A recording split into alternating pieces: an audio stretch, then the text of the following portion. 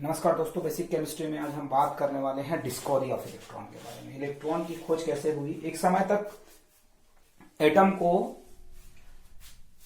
एक unite structure समझा जाता था जिसको और छोटे पार्टिकल्स में डिवाइड नहीं किया जा सकता, लेकिन 1897 में, ठीक है, 1880 से लेकर के बहुत सारे ऐसे रिसर्च हुए जिसमें ये लगने लगा कि एटम जो है वो छोटे छोटे पार्टिकल से मिलकर बना होता है। इसी फेज में 1897 में जे थॉमसन ने एक एक्सपेरिमेंट किया।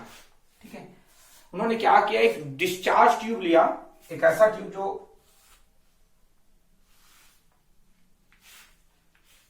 ट्रांसपेरेंट था, ठीक है, आउटलेट में 2 इलेक्ट्रोड लगाया गया और उन दोनों इलेक्ट्रोड्स को high voltage electric current supply से जोड़ दिया गया। ठीक है, और इसमें एक गैस भरी गई थी। बेसिकली इसमें मोनो एटॉमिक या डाई एटॉमिक या पॉली एटॉमिक गैस भी भर सकते हैं। ठीक है, इसमें उन्होंने हाइड्रोजन गैस भरा था। ठीक है, ध्यान से सुनेंगे। और इसके अंदर का जो टेम्परेचर है वो 1 atm मेंटेन करके रखा गया था। ठीक, ये कितना है, 10,000 वोल्ट।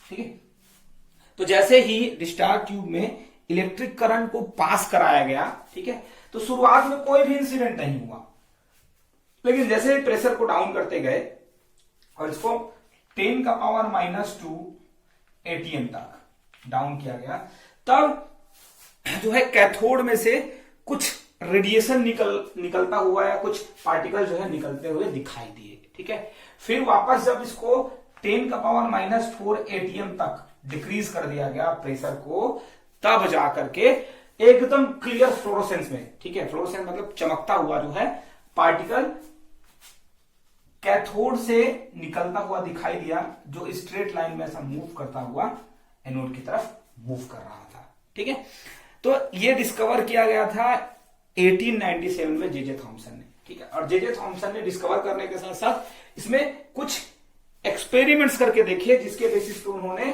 कैथोड रेस के कैरेक्टर्स डिस्क्राइब किए थे। ठीक है, कैरेक्टर्स, ये जो रे था, निकला था कैथोड से, इसके कारण इसको कैथोड रे कहा गया, क्योंकि कैथोड से जनरेट हो रहा था, इसलिए इसको कैथोड रे बोला गया था। ठीक है, अब इस कैथोड रे में कुछ कैरेक्टर्स थे। क्या क्या कैरेक्टर्स थे? सबसे पहला, ये स्ट्रेट लाइन में मूव करता है। ठीक है, सबसे पहला क्या है, स्ट्रेट लाइन में मूव करता है, मतलब कैथोड से निकलने के बाद ये एनोड की तरफ डायरेक्ट जाता है फर्स्ट। ठीक है,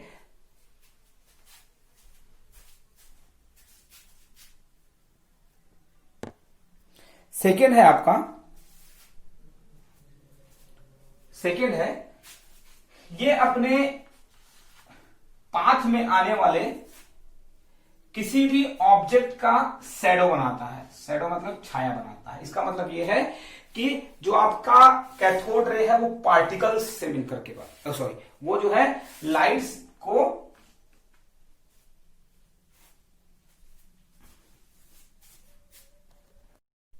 ठीक है। सेकेंड ये है कि जो कैथोड रे है वो अपने पास में आने वाले किसी भी ऑब्जेक्ट का शैडो बनाता है। शैडो बनाता है, ये क्लियर दिखाता है कि ये स्ट्रेट लाइन में मूव करता है। ठीक है, थर्ड जो चीज ये है, जो जे थॉमसन ने कहा था कि ये पार्टिकल से मिलकर बना हुआ था। इसका नेचर जो है वो पार्टिकल नेचर होता है, और उसको इन्होंने एक्सप्लेन करने के लिए क्या किया, एक ऑब्जेक्ट को, एक सडल, जिसको हम लोग नॉर्मली क्या कहते हैं, एक ऐसा 3 फेन का कोई ऑब्जेक्ट होता है, ठीक है,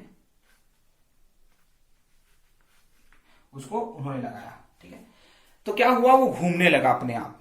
ठीक है, मतलब क्या था कि पार्टिकल नेचर होने के कारण ये जो है आ रहा था, जा रहा था, उसके कारण जो है इसमें थोड़ी सी रनिंग, जो सेडल था वो घूम गया था।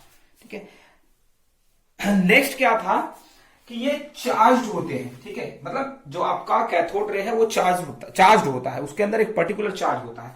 इसको एक्सप्लेन करने के लिए उन्होंने क्या किया था, ट्यूब के दोनों साइड, एक साइड जो है माइनस चार्ज प्लेट और दूसरे साइड प्लस चार्ज प्लेट उन्होंने लगा दिया था। तो क्या हुआ कि इस एक्सपेरिमेंट में जो रेडिएशन था वो थोड़ी दूर जाने के बाद प्लस चार्ज प्लेट की तरफ मुड़ गया। इसका मतलब ये है कि जो कैथोड से निकलने वाली जो रेस है वो नेगेटिवली चार्ज थी। ठीक है, और लास्ट कैरेक्टर ये है कि ये गैसों को आयनाइज कर देते हैं। गैसों को आयनाइज कर देते हैं का मतलब क्या है, अगर कैथोड रेस को किसी गैस में पास कर दिया जाए या किसी गैस को फील करके वहां कैथोड रेस पास कर दिया जाए तो क्या होता है, ये गैसों को आयनाइज कर देता है। ठीक है, आयनाइज करने का मतलब क्या है, उसको आयंस में कन्वर्ट कर देता है।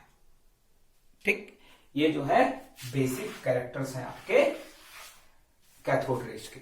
ठीक है, और जब कैथोड रेस की डिस्कवरी हुई, ठीक है, उसके पहले ही 1886 में गोल्डस्टीन ने एक ऑब्जेक्ट का डिस्कवरी किया था जिसको बाद में जाकर के प्रोटॉन बोला गया। तो इस तरीके से दो ऑब्जेक्ट मिल गए थे, कैथोड रे और प्रोटॉन। कैथोड रे को 1900 में इलेक्ट्रॉन नाम दिया गया।